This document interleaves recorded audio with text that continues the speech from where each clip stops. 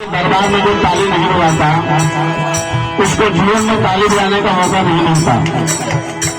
कहा जाता है कि जो भगवान के दरबार में आते हैं उन्हें कोई गम नहीं होता, हर तालियां नहीं बजाते उनके हाथों में गम नहीं। ये कैसे तो दोनों हाथ पकड़ करके कैसे बोलेंगे?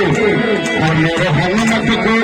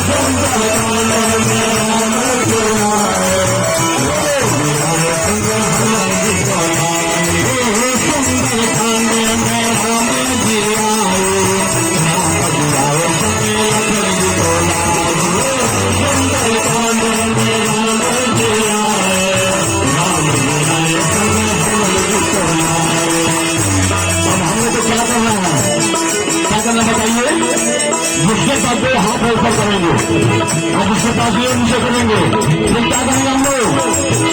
सीता मैया को करो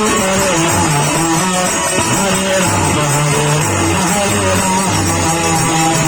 मैया को